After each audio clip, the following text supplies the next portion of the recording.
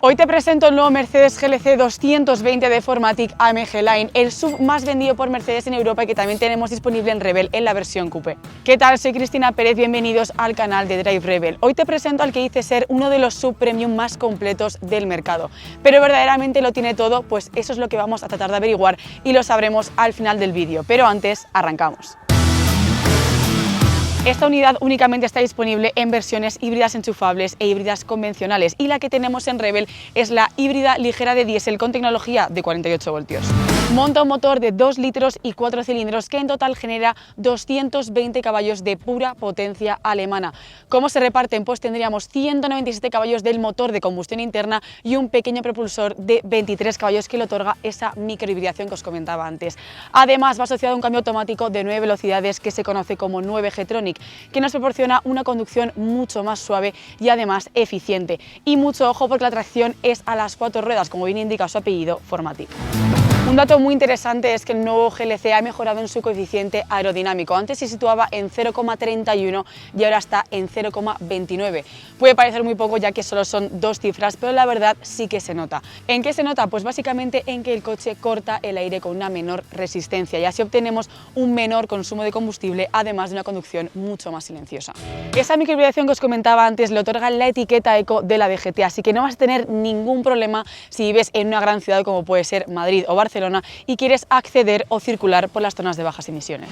El fabricante de las flechas plateadas declara un consumo medio de 5 litros a los 100 kilómetros, aunque sí que es verdad que la media real está en torno a los 6 o 6,5, pero en la ciudad podemos hacer un consumo de 5,2 litros a los 100 kilómetros, algo que está realmente bien para sus 2.000 kilos de peso. Aunque como siempre os digo, el tema del consumo es algo muy relativo, ya que dependerá del peso que lleves en el coche, así como también de tu conducción. Como buen Mercedes no podía destacar en otra cosa que en su diseño. En este caso tenemos líneas fluidas y también robustas, pero sobre todo tiene un diseño súper deportivo y elegante. En el frontal, como os podéis imaginar, la protagonista es su parrilla, que cuenta con la calandra con la típica estrella de 3 puntas de Mercedes, que en este caso va bien centrada y además en un tamaño muy grande. También encontramos el escudo en la parte de arriba del capó y finalmente una lama de aluminio que recorre la parrilla de extremo a extremo. Pero mucho ojo porque también hay 2 detalles muy interesantes. El primero de ellos, encontramos multitud de flechas plateadas alrededor de la parrilla que le dan ese toque diamantado y además, aunque no lo podéis ver muy bien, tenemos celdas que se abren y se cierran en función de las necesidades de refrigeración del motor.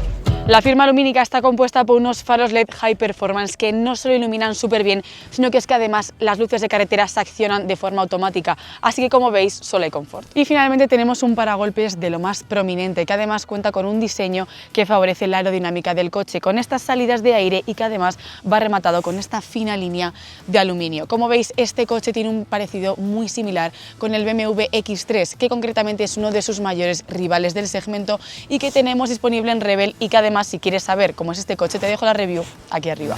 Las dimensiones del nuevo GLC son 4,72 metros de largo, 1,64 metros de alto y 1,90 metros de ancho, además de que su distancia entre ejes es de 2,88 metros. El lateral tiene un aspecto menos agresivo que la parte frontal, pero continúa con este diseño tan deportivo. En este caso nos encontramos con unas llantas de aleación AMG de 19 pulgadas de 5 radios dobles con este acabado negro brillante. Además encontramos pasos de rueda que le dan ese aire robusto al estilo SUV y en la parte de abajo faldillas de plástico sin pintar que recorren todos los bajos del coche. Además tenemos los tiradores de las puertas en el mismo tono de la carrocería y finalmente barras del techo que acompañan a los embellecedores de las ventanillas con este toque en aluminio. Otro elemento clave a destacar son los retrovisores, que en este caso en el acabado gris selenium vienen en el mismo tono de la carrocería. Además incluyen los intermitentes y también son calefactables y se pliegan de forma electrónica.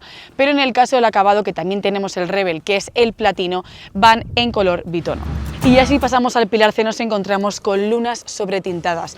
Pero ojo con la altura libre al suelo, que en este caso es de 14,5 centímetros. ¿Por qué destaco esto? Porque no es lo normal en un SUV, ya que un SUV suele estar en torno a los 17 o los 19 centímetros, así que este GLC se movería más en torno a una berlina o un compacto. La parte trasera de este GLC sí que es cierto que no es muy agresiva ni tampoco tan deportiva como la parte delantera, pero mucho ojo porque tiene un diseño de lo más horizontal, que como os mencionaba antes mide 1,90 50 metros de ancho, pero vamos con algunos de sus elementos. Lo primero, este spoiler que viene con apéndices de plástico que mejoran sus capacidades aerodinámicas. También encontramos una luneta trasera sobretintada que incorpora este brazo limpia parabrisas en la parte de abajo. El portón, en este caso, es eléctrico, que tiene unas funciones muy guays que ya os mencionaré más adelante. Y encontramos también el logo de Mercedes bien centrado y en la parte de la izquierda GLC, es decir, el nombre del modelo, y 220D, la versión que tenemos en Rebel. Y en la parte de la derecha tenemos Formatic, que como os mencionaba antes es la tracción a las 4 ruedas. Si seguimos con los grupos ópticos, nos encontramos que tienen un diseño bastante horizontal y afilado, que van unidos por esta franja negra de plástico que le dan un diseño bastante continuista. Y en la parte de abajo tenemos un paragolpes también muy prominente que le da ese carácter al estilo SUV, que acaba con este difusor cromado en aluminio que incorpora una doble salida de escape, pero ojo, porque es simulada. Como os mencionaba antes, su portón es eléctrico, algo que se agradece bastante en este tipo de coches ya que es un SUV muy grande, y además cuenta con el sistema EasyPack. ¿Qué es esto? Pues es para que no te cueste para nada subir y bajar objetos pesados. En este caso tenemos lo primero en el portón, un botón que nos guarda la configuración de apertura y cierre del maletero. Y además en ambos lados encontramos también botones porque si necesitas más capacidad de carga, pues si lo pulsas se abaten los asientos traseros. La capacidad de este maletero son unos brutales 600 litros ampliables a 1600 si abatimos la segunda fila de asientos, cosa que lo tenéis bastante fácil ya que, como os comentaba antes, gracias a los botones laterales se pliegan de forma automática. Sí que es cierto que no encontramos una bandeja cubre maletero, pero sí que tenemos esta cortina de aquí. ¿Qué te entra en este maletero? Pues nos entran 4 maletas grandes, además de unas 2 o 3 de cabina de avión si ya abatimos los asientos traseros. Y mucho ojito con el doble fondo, ya que aquí también nos entra lo que nos dé la gana. Entramos al habitáculo y lo cierto es que si fuese por el interior tendríamos la review ya hecha, porque se respira un ambiente premium y de gran calidad. Tengo el asiento regulado para una persona que mide 1,64 y hablando de asientos, son muy cómodos, son muy deportivos y además tienen ese toque de competición que es como que te agarra muy bien la espalda. En el caso del acabado que tenemos en Rebel son de símil de cuero con microfibra, y algo que me ha gustado mucho es el ajuste de los reposacabezas, ya que es algo muy poco convencional. Como podéis ver, el salpicadero tiene forma de T muy bien marcada y además no se envuelve como si fuese un compacto, es decir, sí que tenemos la habitabilidad y el espacio de un SUV, pero como os decía antes, los asientos te envuelven como si fuese una berlina o un compacto. Además encontramos iluminación ambiental por todo el habitáculo y los acabados son de gran calidad, aunque sí que es verdad que esto nos podíamos esperar de los de Stuttgart. Enfrente de mí nos encontramos con un volante de cuero napa de 3 radios, que en este caso va achatado por la parte de abajo, algo que nos viene bastante bien para tener más espacio para las rodillas. Además también incorpora levas de conducción y mucho ojo porque la palanca de cambios la encontramos aquí atrás, es decir, ya no está en la consola central, aunque esto es muy típico de los coches de la firma alemana. Y en la parte de la izquierda nos encontramos con el limpia parabrisas y con los intermitentes.